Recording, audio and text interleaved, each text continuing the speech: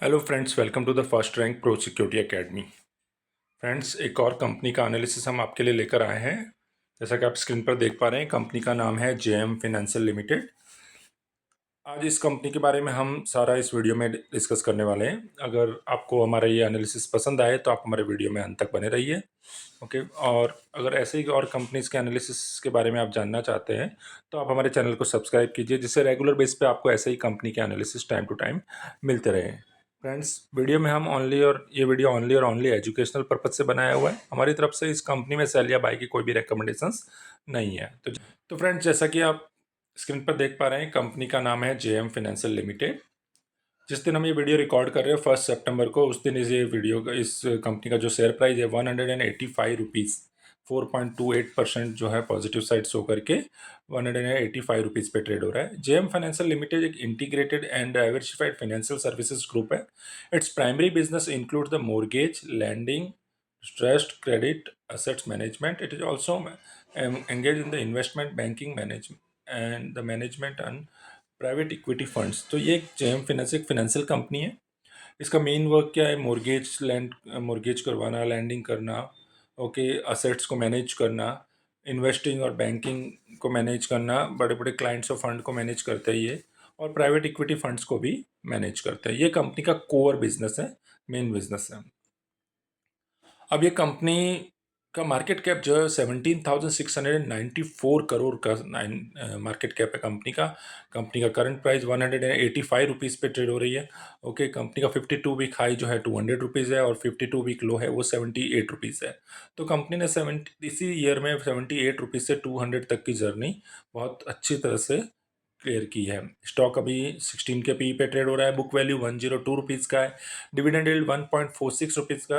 ROCE, okay, return on capital जो है इसका वो 9.39 और रिटर्न ऑन इक्विटी, ओके, वो 9.01% है। अब कंपनी के पॉजिटिव साइड्स क्या हैं वो हम डिस्कस करते हैं कि कंपनी हैज़ अ रिड्यूस्ड डेप्ट। कंपनी का जो डेप्ट है वो लास्ट कुछ ईयर से या क्वार्टर से जो है वो रिड्यूस हो रहा है।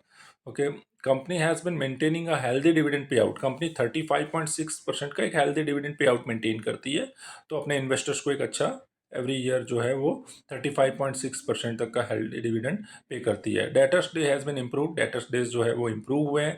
डेटर्स डेज इम्प्रूव होने का मतलब जितना क्रेडिट पे गुड्स सेल किए हुए हैं उनकी जो रिकवरी होती है वो रिकवरी 77.2 डेज था, वहाँ से वो रिकवरी करके 53.5 डेज तक का कर लिया है। Company's working capital requirement has reduced from 202 days to 89.4 days. Company ने जो वर्किंग कैपिटल है उसका वो वर्किंग कैपिटल को भी रिड्यूस किया है।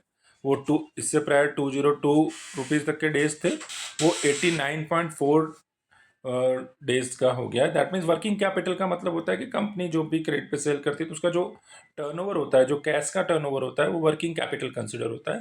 तो कैश का टर्नओवर पहले जो कंपनी जो है 202 डेज तक वो अमाउंट को क्लियर करती थी अपने डेटर से, और अब वो है वो 89.4 डेज में ही अमाउंट क्लियर हो जाता है। तो वर्किंग कैपिटल क्लियर हुआ है, जिससे कंपनी की लिक्विडिटी और स्मूथ होती है, और उससे कंपनी को आगे के जो ऑर्डर्स मिलते हैं, आगे के जो ऑर्डर्स के लिए कंपनी को अपना कैपिटल को यूज़ करना होता है, वो कंपनी के लिए बहुत ईजी हो जाता है। कौन से रिव्यू करते हैं कंपनी, कुछ नेगेटिव पॉइंट्स हैं वो डिस्कस करते हैं कि company has a delivered a poor sales growth 5.06 last 5 years का एवरेज निकाल रहे हैं, तो कंपनी का जो सेल्स ग्रोथ है वो 5.06% से ग्रो हो रहा है, जो बहुत लो कंसिडर होता है। तो ये कंपनी का एक नेगेटिव पॉइंट कंसिडर होता है। Company has a low return on equity. Company का लो रिटर्न ऑन इक्विटी है, लास्ट 3 ईयर से 7.35% से रिटर्न ऑन इक्विटी इन्वेस्टर्स को दे रही है। तो कंपनी का कंपेयर टू अदर कंपनीज के साथ कंपेयर करें इसको, तो उसके कंपेयर में ये कंपनी का जो रिटर्न ऑन इक्विटी है वो बहुत लो कंसिडर हो रहा है। तो ये दो कंपनी के नेगेटिव पॉइंट्स हैं। इसके बाद कंपनी को इसके पीयर ग्रुप के साथ कंपेयर करके देखते हैं कि इसके पीयर ग्रुप्स में जो इसके साथ में जो पैरेलल कंपनीज आती है, लाइक बजाज फिंसर्व जो फाइनेंशियल कंपनी है, उसका जो पी है, ओके, प्राइस टू इक्विटी, वो 32.62 रुपीज़ पे ट्रेड हो रहा है। बजाज होल्डिंग जो है वो 20.04 के पी पे अभी ट्रेड हो रहा है। जेएम फाइनेंशियल जो है वो 16.02 के पी पे ट्रेड हो रहा है। चॉइस इन्वेस्टमेंट जो है वो 94.68 के पी पे। एडल फाइनेंशियल जो है 25.57 के पी पे। कामा होल्डिंग 13.02 के पी पे। पिलानी इन्वेस्टमेंट 90.46 5 के पी पे अभी ट्रेड हो रहा है। तो अगर हम इसके पीयर ग्रुप के साथ इसको कंपेयर करें तो सेकंड लोएस्ट पी पे ये कंपनी अभी ट्रेड हो रही है, इसका शेयर प्राइस अभी ट्रेड हो रहा है। तो कंपनी यहाँ से इसमें कंपनी में ग्रोथ के चांसेस ज़्यादा रहते हैं और कंपनी के अपर साइड लिस्ट जो है बहुत जल्दी अपर साइड में वो अच्छे प्राइजेस, अच्छे न्यू हाइज दिखा सकती है कंपनी। कंपनी के अगर सेल्स को रिव्यू करते हैं तो मार्च क्वार्टर में कंपनी का शेयर 1004 करोड़ का था, वहाँ से इंक्रीज होकर जून क्वार्टर में 1111 करोड़ का हो गया है। ऑपरेटिंग प्रॉफिट लास्ट क्वार्टर में मार्च क्वार्टर में 578 करोड़ का, वहाँ से इंक्रीज होकर 850 करोड़ का हो गया। प्रॉफिट बिफोर टैक्स 311 करोड़ से 593 करोड़ का हो गया है। और नेट प्रॉफिट अगर देखेंगे तो 235 करोड़ से 460 करोड़। तो अगर क्वार्टर ऑन क्वार्टर बेसिस पे इसके बिजनेस को रिव्यू करें, अगर डेटा को देखते हैं हम लोग, तो अप्रोक्स इस क्वार्टर में, जून क्वार्टर में कंपनी ने सारे से अप्रोक्स डबल जितना उसने बिजनेस किया है और अप्रोक्स सारे फिगर्स जो है वो डबल हमें शो हो रहेगा। Operating profit, profit before tax और नेट प्रॉफिट भी अप्रोक्स टू डबल हमें शो हो रहा है। कंपनी का sales year on year basis पे रिव्यू करते हैं तो मार्च 2024 में कंपनी का जो सेल्स है वो 4787 करोड़ का था, वहाँ से मार्च 2025 में स्लाइड सा डिक्रीज होकर 4410 करोड़ का हो गया। ऑपरेटिंग प्रॉफिट जो 2770 करोड़ का मार्च 2024 में था, वो मार्च 2025 में 2323 करोड़ का हो गया है। प्रॉफिट बिफोर टैक्स 353 करोड़ से इंक्रीज होके 997 करोड़। तो प्रॉफिट बिफोर टैक्स जो है वो ईयर ऑन ईयर बेसिस पे इंक्रीज हुआ है। ये जो एडजस्टमेंट है वो अदर इनकम में अगर आप देखेंगे तो वो अदर इनकम की वजह से ये जो डिफरेंस जो है वो इस तरह से एडजस्टमेंट हमें दिखाई दे रहा है। अभी नेट प्रॉफिट जो है वो जून मार्च क्वार्टर में, मार्च 2024 में 31 करोड़ का था, वहाँ से मार्च 2025 में 774 करोड़ का हो गया है। तो ये जो डिफरेंस दिख रहा है, वास्ट डिफरेंस, वो आपको एक चीज़ और दिमाग में माइंड में लेनी चाहिए कि अदर इनकम में अगर आप देखेंगे तो अदर इनकम जो है वो -802। ओके, तो अदर इनकम में एक जो इनकम का क्राइटेरिया वहाँ पे मार्च 2024 में जो उनका अदर इनकम था वो नेगेटिव था, उसकी वजह से मार्च 2024 में नेट प्रॉफिट में 31 करोड़ दिख रहे हैं। और वही मार्च 2025 में अगर आप देखेंगे तो वो अदर इनकम पॉजिटिव हो गई है और उसकी वजह से ये इफेक्ट जो है हमें, और उसका जो इंटरेस्ट इनकम है वो इंटरेस्ट इनकम की वजह से हमें जो नेट प्रॉफिट में इतना सारा ड्रास्टिक चेंज देखने को मिल रहा है। वहीं अगर कंपनी के बोरोइंग्स अगर हम देखें तो कंपनी के बोरोइंग्स भी बढ़ते जा रहे हैं। जैसे लास्ट ईयर में के कंपेयर में कंपनी का बोरोइंग्स लास्ट 3 ईयर्स को कंपेयर करें तो पहले 15,939 करोड़ था, वहाँ से इंक्रीज होकर 16,228 करोड़ हो गया था और वहाँ से वापस 11,507 करोड़ का हो गया। जिससे पॉजिटिव पॉइंट कंसिडर होता है कि कंपनी जो है अपने पास जो बोरोइंग्स है, डेब्ट्स है, उसको धीरे धीरे कम करती जा रही है। और अगर इन्वेस्टमेंट अगर हम देखें तो मार्च 2023 में 3,584 करोड़ का था, वहाँ से मार्च 2024 में 4,724 करोड़ का और मार्च 2025 में 5,464 करोड़ का।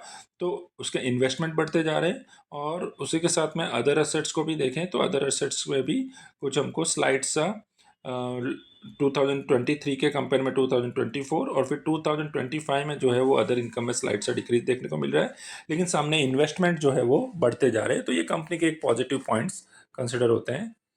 अगर कंपनी के प्रमोटर्स के स्टॉक की स्टेक होल्डर्स की बात करते हैं तो प्रमोटर्स जो होते हैं, कंपनी के जो रियल ओनर कंसिडर होते हैं, उनका स्टेक अगर आप देखेंगे तो 2024 दिसंबर क्वार्टर में 56.43% था, वहाँ से इंक्रीज करके स्टेक को 56.50% और फिर मार्च जून क्वार्टर में 56.51 क्वार्टर। तो कंपनी के जो प्रमोटर्स हैं वो धीरे धीरे अपना स्टेक स्लाइड बाय स्लाइड वो इंक्रीज करते जा रहे हैं। दैट मीन्स कि इनके ओनर्स को जो है इस बिजनेस में इनका जो फेथ है वो इंक्रीज होता जा रहा है और इसलिए इनका धीरे धीरे स्लाइड से अपना स्टेक को वो इंक्रीज करते जा रहे हैं। वहीं पर अगर एफ की बात करें तो जो फॉरेन इन्वेस्टर्स होते हैं, ओके, जो वो भी अपना स्टेक इसमें इंक्रीज करते जा रहे हैं। देखेंगे कि दिसंबर क्वार्टर में 17.02% का था, वो इंक्रीज करके मार्च 2025 में 17.48 करोड़ हो गया है और 4% कर दिया और जून 2025 में 17.69%।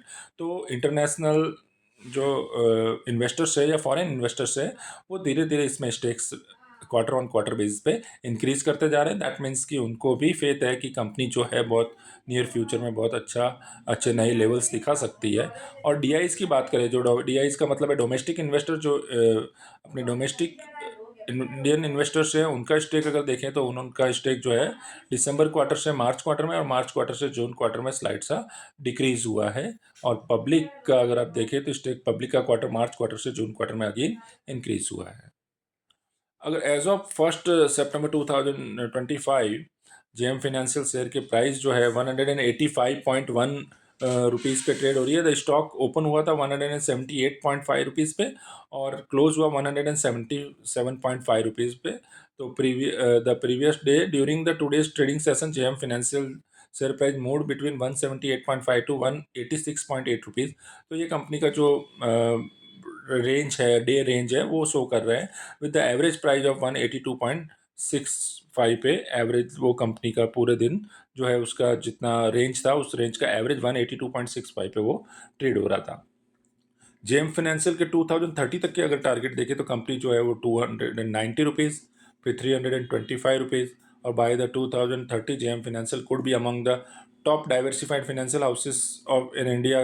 जो होंगे उनमें से एक one of the leading company होगी ये। ओके, इन्वेस्टमेंट एडवाइजर एक excellent candidate is retirement portfolio and low volatility growth strategy.